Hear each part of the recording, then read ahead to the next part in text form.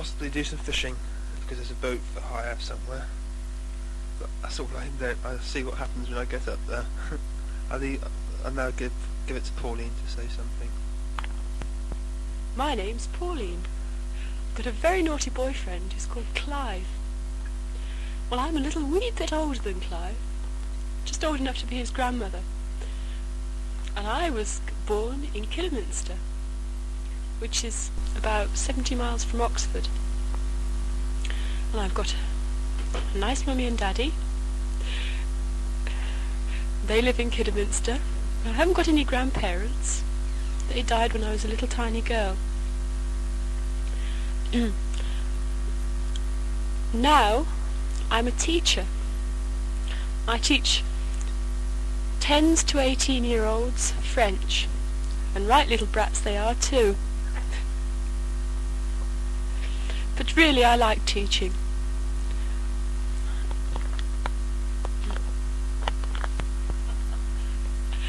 At the moment I'm in Oxford. You see, Clive and I are going to stay with his mummy and daddy for Christmas Eve and half of Christmas Day. Poor parents. And then after that we're toddling off in our old banger, little old Mini that we've just bought with a horrible black bonnet, and we're going off up to Kidderminster, if it'll make it, to spend half of Christmas Day and Boxing Day with my mummy and daddy. It's the first time I've ever spent Christmas morning away from my parents, so this is a new experience.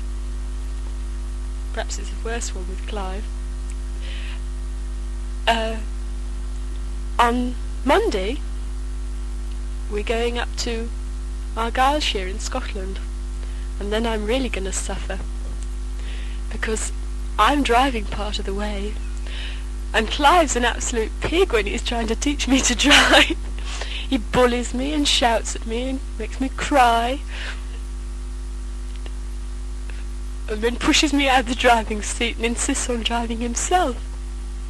And if I go round a bend a bit too fast, he's there hanging on for dear life.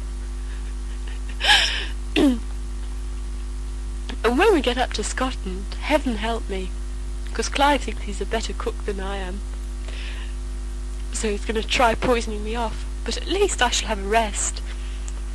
I mean, I can say he can do all the cooking, and that way I can sleep all day and let him get me all sorts of nice things, and let him go out and catch the fish and come back and cook them, while I sit there and do my knitting and darn his socks. It's lovely, really. I'm an only child, so I'm probably rather spoiled. At least Clive thinks I am, but then perhaps he is too.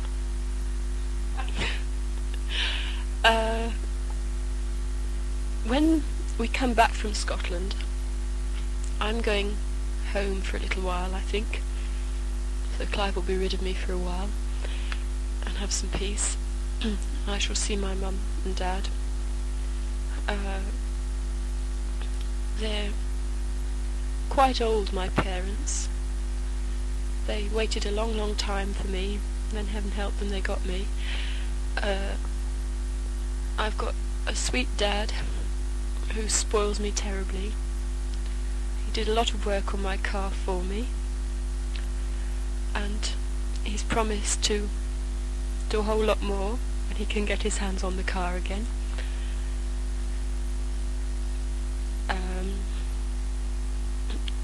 My father's working again now, but for a long time he was very seriously ill with heart trouble, so I always worry rather a lot about him. My mum's a real fusspot, but she's sweet, really. I don't know many people in Kidderminster now, because when I was about 9, my father was working away and we went to join him, and then we moved around the country for a bit and landed in Doncaster, where I went to grammar school. and that was when my father was so ill. So we didn't really go back to Kidderminster until after I'd left school and started university. Consequently, I've only got very casual friends in Kidderminster now, except the one or two who remain from my junior school days. But it's still nice to go back because I somehow regard it as home.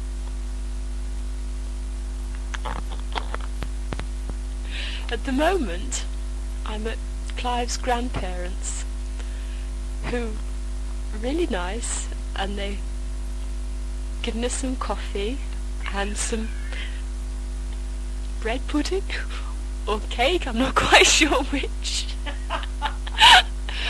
But it was vaguely the right texture, so perhaps we'll survive. I'll let you know tomorrow. If you hear further news of me, you'll know I survived. Clive thinks I've been very cruel about him, about the things I've said. But really, he's quite sweet. And I'm still with him after quite a long time, so he can't be all that bad. He's got gorgeous hair, just like a cherub. Yeah, I think he's my little cherub, because he's got that angelic face and a saucy grin. And he's all kind and affectionate, except when he shouts at me. But who knows? He's a good boy, really. Pauline's very sweet too. She's got lovely soft hair, beautiful blue eyes, and lovely red lips. She's got nice legs and horrible feet. I know I shout at her sometimes, but it's only for my own good. I'm very fortunate to have met her because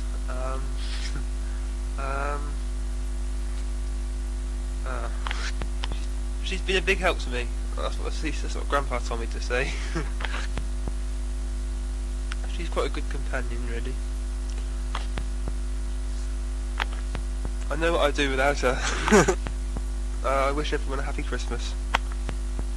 She seems to be very popular with my grandparents and my mum and dad. Seems to get on with them very well. She also gets on well with her pupils at school. They've sent so many cards that we can't move around the flat without knocking them down.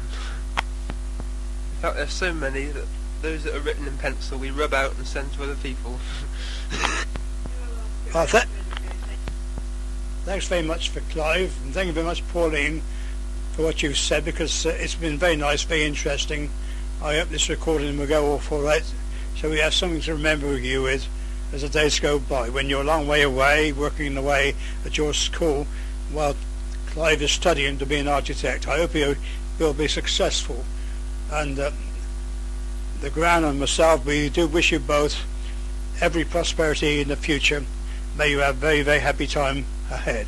Also, on your holiday, we hope you'll enjoy yourself immensely.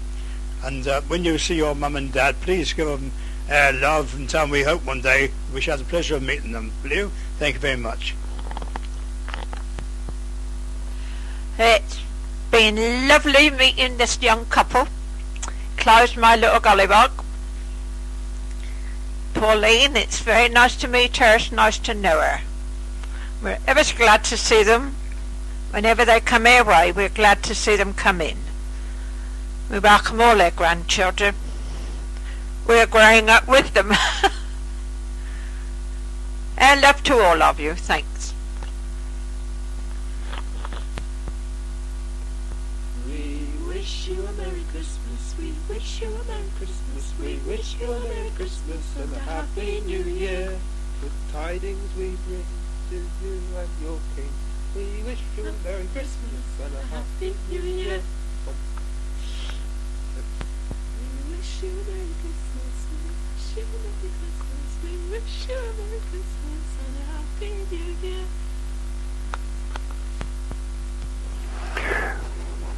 Hello everybody, this is Uncle Tony speaking. I know my voice is going to be a bit sloppy because I've got no teeth in. I've got a few ulcers floating around, so I've decided to talk to you without them in. And I'm feeling at the moment quite tired after a hectic 3 months decorating and doing alterations around the place.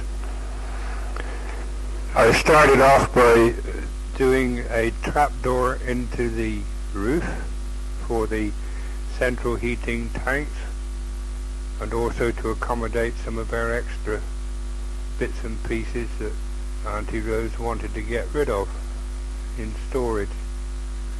Then we came down and did the bathroom, making the toilet and the bathroom into one complete room. At the same time we incorporated the central heating installation, which meant ripping out all the old system and rebuilding chimneys and supports for tanks, and goodness knows what other jobs we had to do. I rebuilt the bath, covering it in with hardboard and making it look quite smart, even if I say so myself.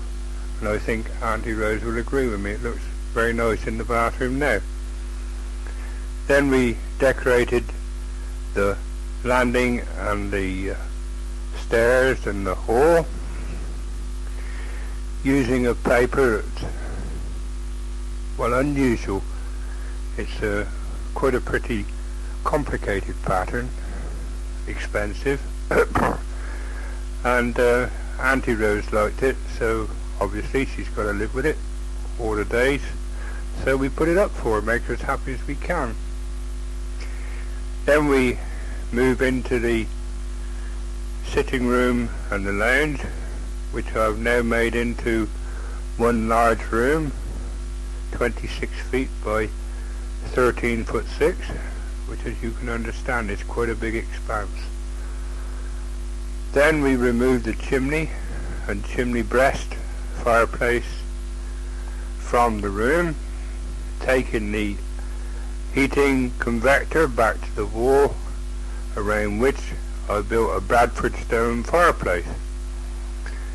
Then we went to the corner where the to the center of the room rather, where the door is, and we cut the wall down 2/3. In the 2/3 we removed the hole. We built in the into this hole. We have put 3 shelves spaced about 18 inches apart, upon which Auntie Rose has now put small items of bric-a-brac and little glass tray with some little glasses, tiny ones about the size of thimbles, and a small tiny decanter which her daughter brought back for her from her holiday. The ceiling Auntie Rose did herself. She diagonally tiled it. It looks very smart, neat and tidy. She made a darn good job of it. The decor is a deep turquoise blue single wall along the fireplace with white paper on the other 3 walls. This is relieved by 2 large murals, one over the serving hatch into the kitchen, and the other one on the wall from the shelves to the corner of the room leading out to the street. From this room, after much hard labour, we then proceeded into the kitchen. This we did in as short a space of time as we possibly could to get it done for Christmas, but it all had to be stripped off, cleaned out, and cupboards and old meter cupboards removed, which were constructed of breeze blocks. This all had to be removed, taken out, and an electrician friend of mine came and put my electric service outside in the conservatory. leaving the wall where the cupboard was completely free of any interfering meters or cupboards, which enabled us to take the cooker across there and put two cupboards, one on either side of the cooker, and then I had to build in a little storage cupboard over the top for plates and saucepans. I'd started to do the paper hanging on the Friday night about 8:30, and I worked straight through till 5 o'clock in the morning to finish it, to get it done for Christmas, and to stop Auntie Rose worrying about it not being done when everybody came up to see her. And Grandpa very kindly gave us a nice extractor fan with a flap on it which cuts out the inward draft. The old one that we had in the kitchen window, when the wind came from the south, we used to share it with the outside world. It used to come in from behind the fan louver. Well, the one that Grandpa has given us has got a restrictor flap on it, and it prevents this from happening. That and the fact that I was able to fit it in what was the pantry louver for bringing the cold air into the pantry. And then we had another problem when the cooker was on. We found that the air and the aromas, some nice, some horrible, some indifferent, that came from this fan were hanging around in the conservatory, and we didn't know quite what to do about this. So I had a brainwave. I thought, well, why not use some polytubing? So I cut a frame of hardboard to which I attached this tubing. This frame and tubing I attached to the wall on the outside of the extractor fan louver, hung it up on a couple of coat hangers that I bent to a rectangular shape, took it across to the window and just pinned it to the window frame, and it works perfectly all right. We get no smells now in the conservatory, which is a good thing, I think, because sometimes Rosemary, when she brings her two nibs in to see us, the youngest one spends his sleeping hours in the conservatory in his pram, and we didn't think it'd be very nice for him to be covered in bacon and eggs 1 minute, Brussels sprouts and cabbage the next, burnt offerings the next, i.e. potatoes, which very often get singed around our house. And I thought this would be a good idea to keep the little man free from smells, even though probably he makes a few smells, i.e. his nappies sometimes himself, but this has to go by the board, and we expect it from youngsters. But I don't think youngsters expect horrible smells from adults. Anyhow, I hope you've had an enjoyable Christmas, because I think by the time you all hear this, Christmas will be over for the outside members of the family. So I hope you've had a good Christmas once again, and a prosperous New Year, and I hope you'll have a prosperous New Year, and may all your troubles be little ones, or if not little ones, may they all be pram-sized. Ta-ra for now. Uncle Tony signing off. Well, I've been asked to say that my activities with St. John are completed for the old year, and I don't start any more until the New Year.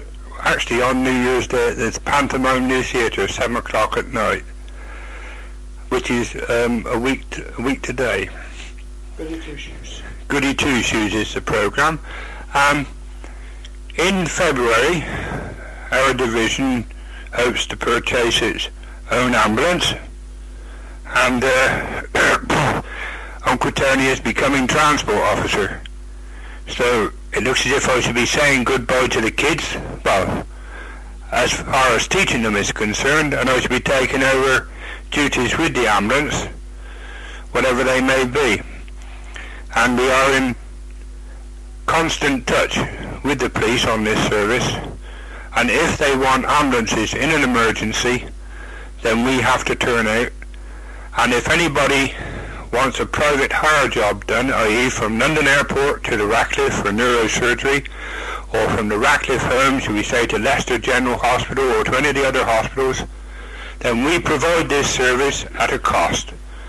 And if we take our ambulance with us on any public duty, it's £3.15 a call out for the ambulance, no matter where the distance is or how many journeys we make to the hospitals.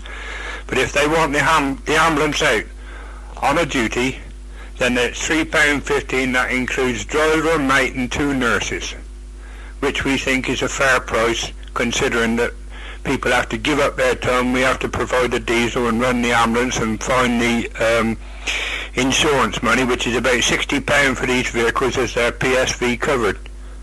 We pay no tax, we pay no excise duty tax, but we still have to pay a big insurance because, as you can guess, if we go down High Street on the wrong side of the road and there's a prang up, then somebody's at fault.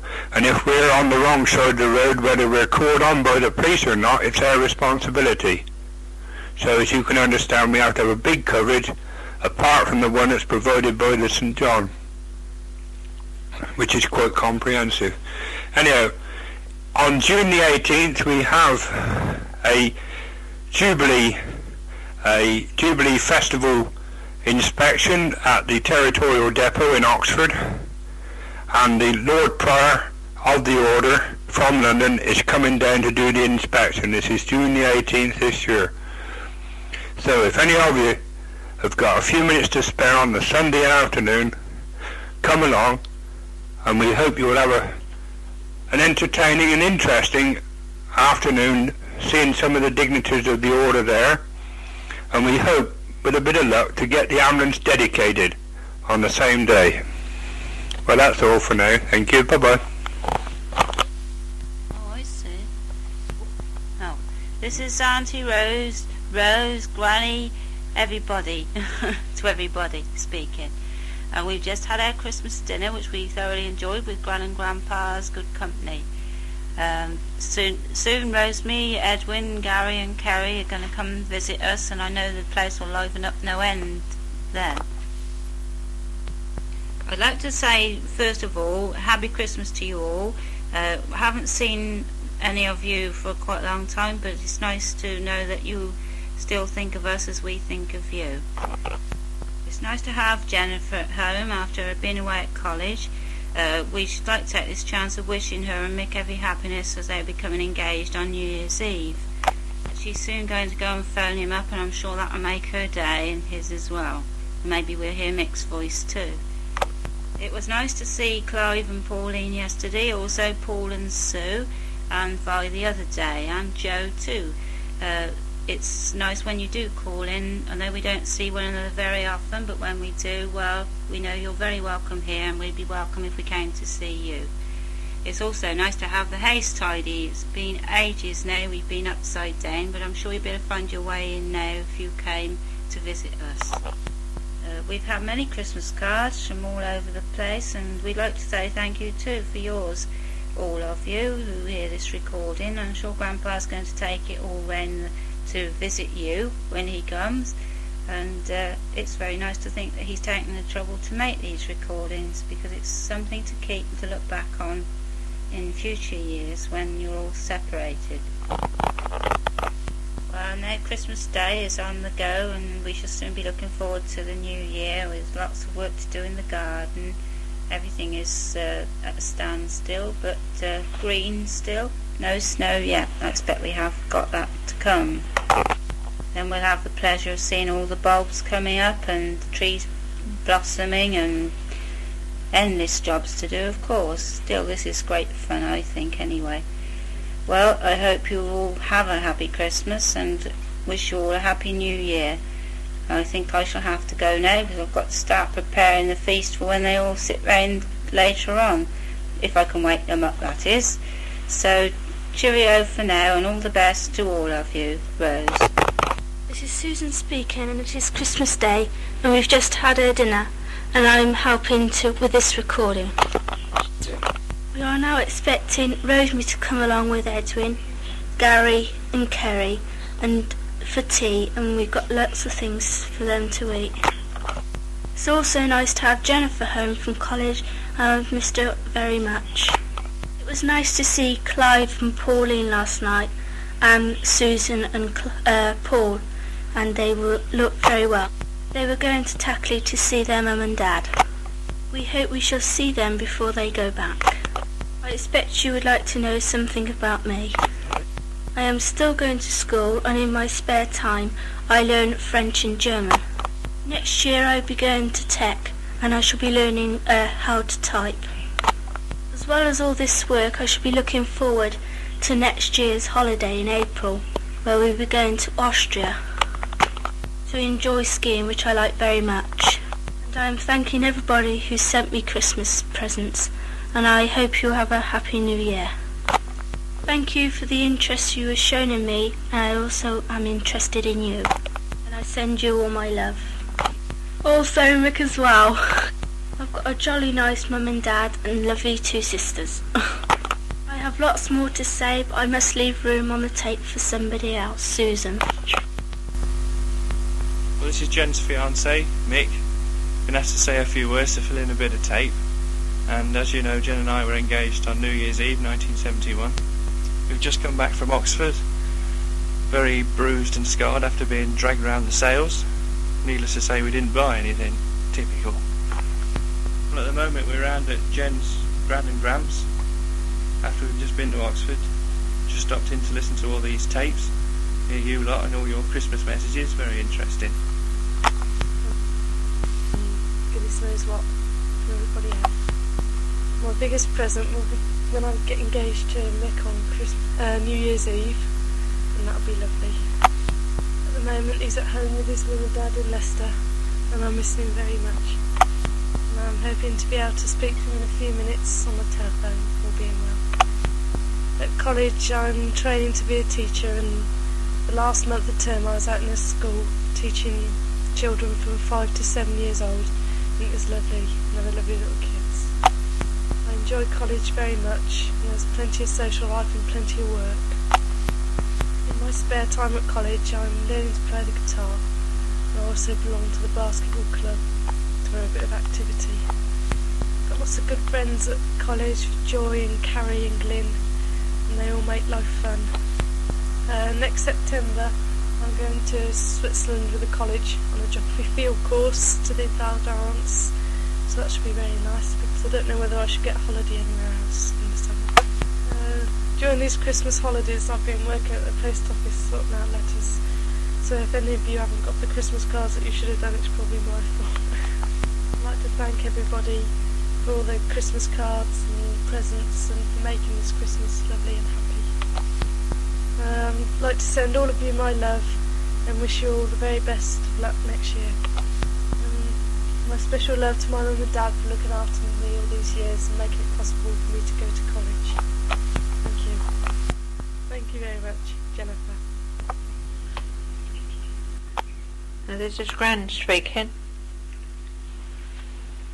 We've just had our dinner. We're up at Rose's with Tony and Jennifer and Susan. Grandpa, of course. We're expecting Rosemary and Edwin and Gary and Kerry. It's a very nice day. We've just had a nice dinner. Still full up.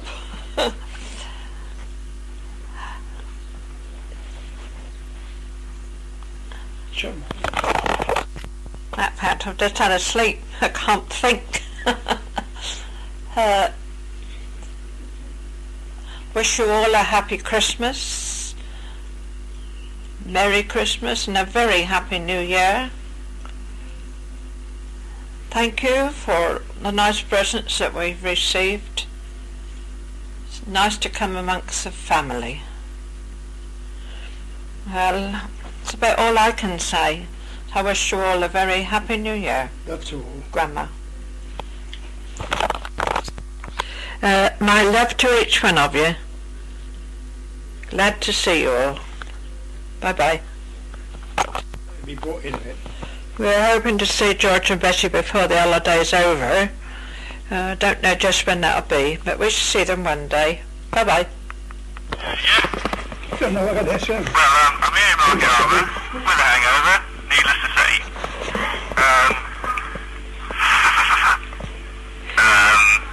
Up to my ears in prisons. I miss Jenny. Right, I've said that. Here's my sister. Shout, Happy Christmas, Liz. Happy Christmas! Being recorded, you see, Liz? I don't know what he's saying. Hey? I'm just going to go for my dinner. There's one again. What's he saying?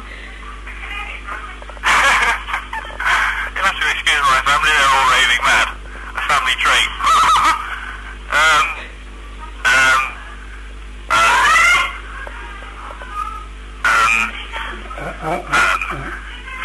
Yes, it is a good record you brought me, Jen. Oh yes, very good. All the best to your family. Thanks for the pen. They're recording this, you see. And the mug. Thanks, Sue, for the mug. What? I'm recording, they're recording this, see? I'm going to talk for a minute! Yeah? Going on. When they're not recording it, I'll talk for hours. Eh? I don't know. Get on with your talking, that's all right. Sing a carol, can you? Sing a carol? Can you sing a carol? All of you. Right, they're going to have a go.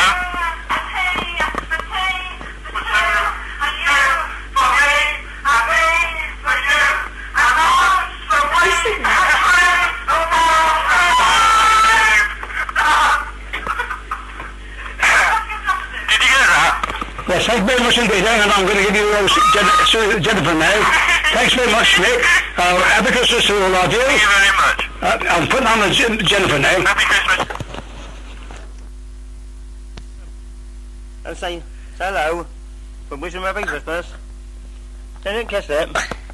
Say happy Christmas, Happy Christmas. all of you. I love you. Happy New Year to you and all. Have a new year to you all. That's from Francis. Say from Francis. Say for far. I don't know what to say.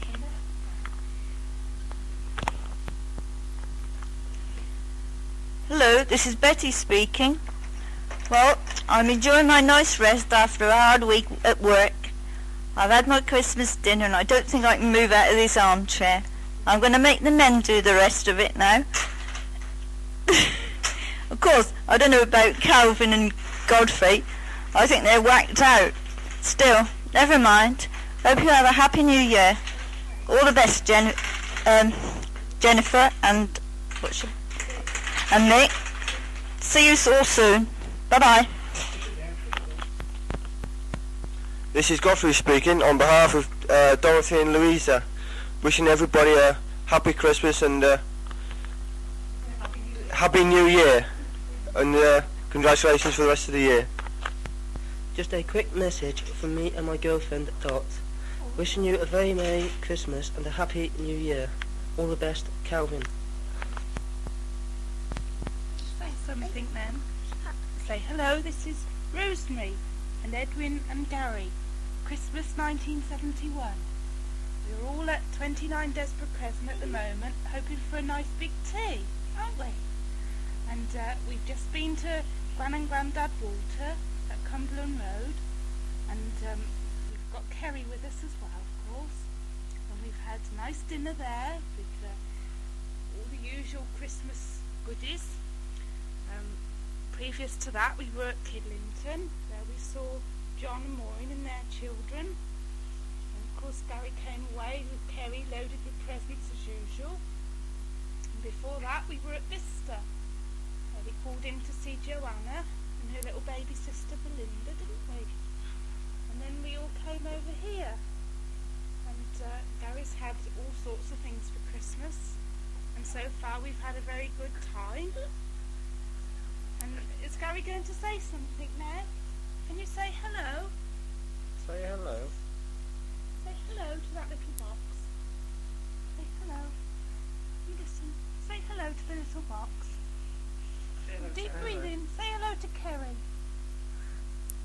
No? Say hello. What do you think it is? Eh?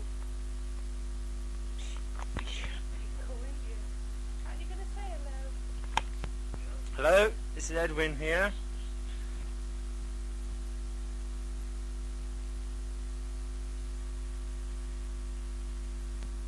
Well, this is Joe speaking now. Time is nearly 5 to 8 on the day after Christmas Day.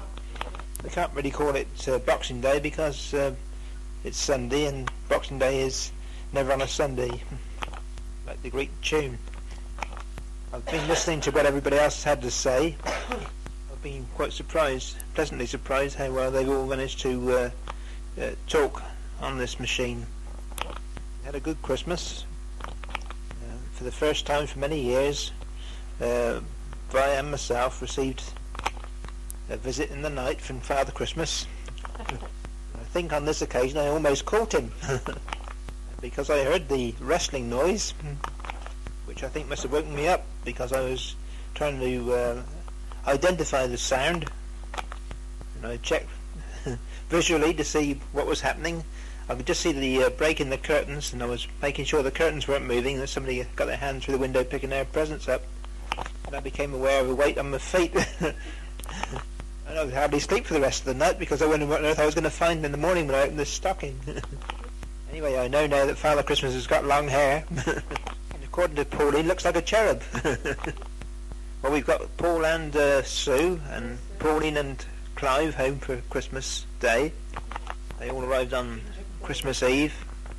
So I'm afraid I couldn't stay up with them to watch the television till about 1 or 2 o'clock in the morning. Christmas morning we didn't open our stockings or pet presents until after we'd had our breakfast. Vi and I opened our stockings first. I'm very amused with the contents. There's potato, a large onion, apple, a Turkish Delight, Charles' cartoon book, and Vi had soap cubes, bath cubes rather, some candles and hair grips and lots of goodies. I can't remember all the list now. It's a pound of sausages too, I've almost forgotten that, and a toilet roll, a nugget, elements and lollipops. It's a job to recall all the things. I've eaten some of the crisps that are in the packet, in the stocking as well already. And we had ski socks and a skiing jersey from Paul and Sue. On the spur of the moment, it's a job to remember who gave me which.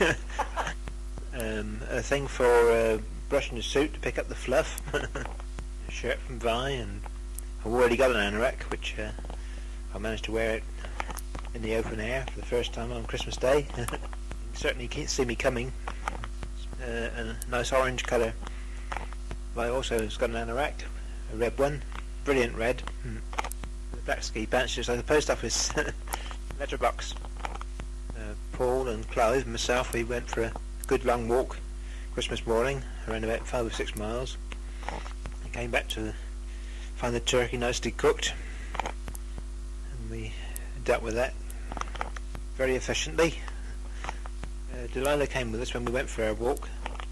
She didn't walk, she just ran the whole way, there and back about 6 times over, I think. Never seen her dog for activity.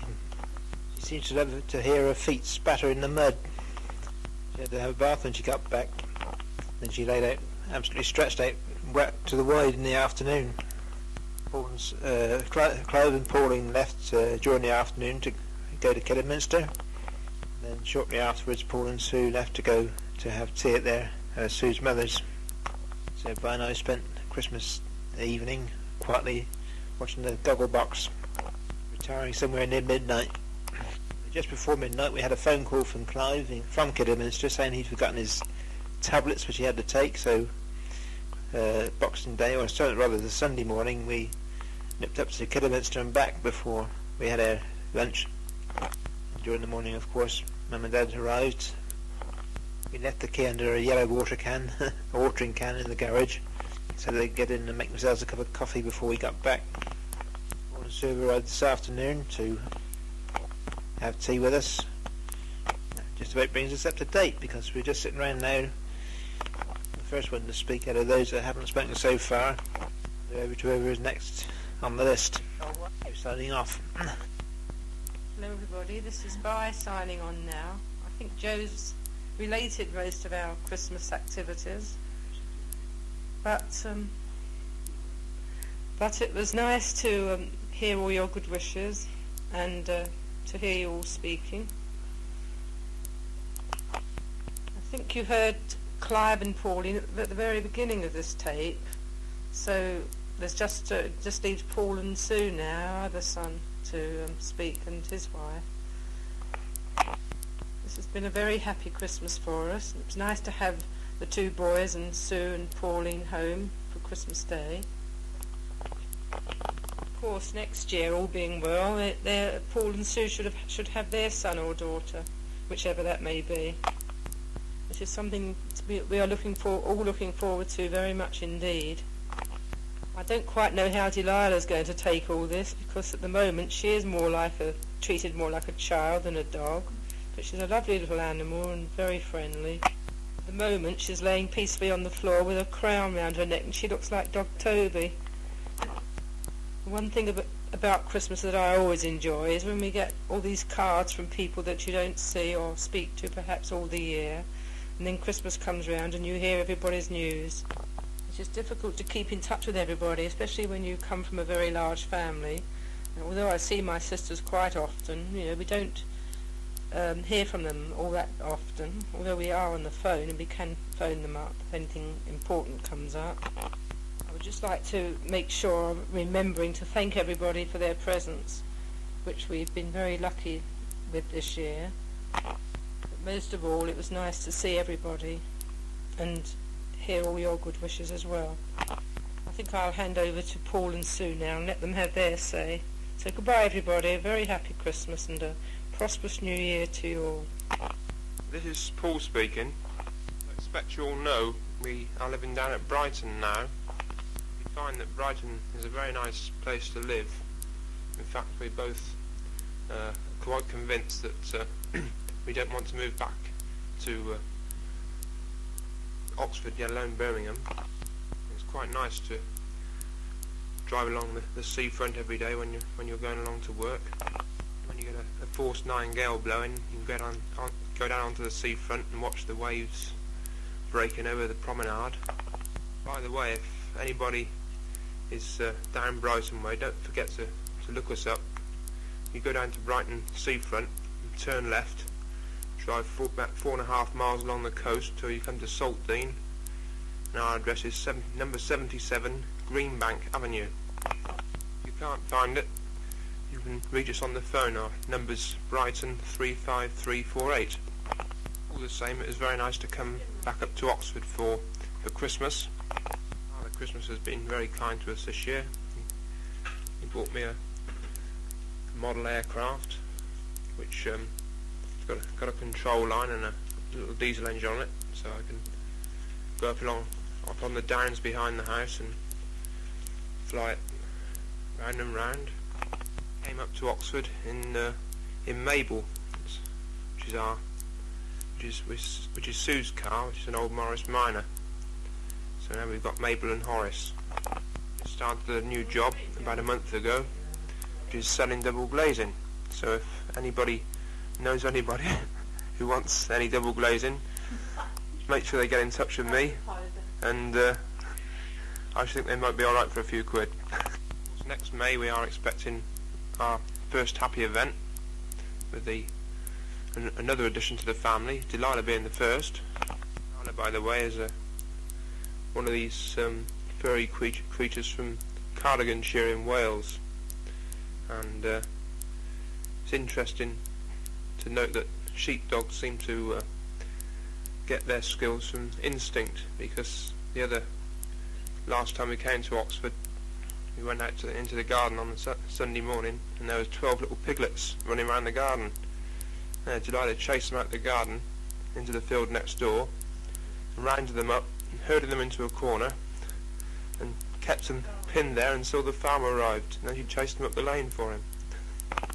I think that's all the news I have for the minute. I'll now hand you over to Sue. Hello everybody, this is Sue. Paul, Delilah and myself are here in Oxford again, thoroughly enjoying a Christmas with lots to eat and lots of super presents. We've been spending our time between Paul's mum and dad and my mum and dad, putting on a few extra pounds of course, but still I'm entitled to do that now. I've got a good excuse, as Paul's already told you. marvellous having an excuse to get as fat as I like. No one knows whether it's me or the baby. It's just great fun seeing my parents again, and Linda and Sam Dog, of course. Delilah and Sam have had hijinks. Delilah keeping Sam in order as usual. Mum and Dad have had Auntie Trixie to stay. I'd like to thank you all for the many cards that you sent us. It really is fantastic. And also, of course, for the many presents. I would like to endorse what Paul has been saying about anyone coming down to Brighton to come to visit us, or even should you be anywhere near Brighton. We love having visitors, and we're always pleased to see anyone. We've certainly got some good rock shops down there. Of course, coconut ice, which is of course Dad's favourite. It's a perfect excuse for him to come to see us. As Paul's already said, I've now got my own little motor called Mabel. She's a super little thing, and having passed my test this year, it's ideal. I should be able to bomb off on my own into town, around the shops, and when I've got the baby, of course, it'll be ideal. I shall be finishing work at the end of January, and shall then have lots and lots of knitting to do. I think I shall have to teach Delilah to knit.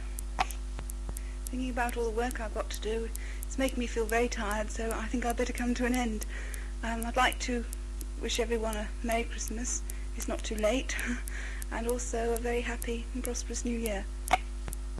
Well, thank you very much, everybody, for what you've done on this tape recording. I'm sure it's going to be interesting, especially as the days go by. So anyway, we say good luck to you all, and thank you very much indeed.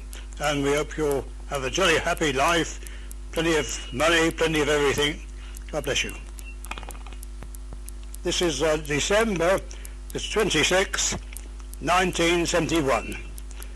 Oh no, it's not. It's New Year's Day, 1972. And here I am in the front room again with a tape recorder all on my own this time.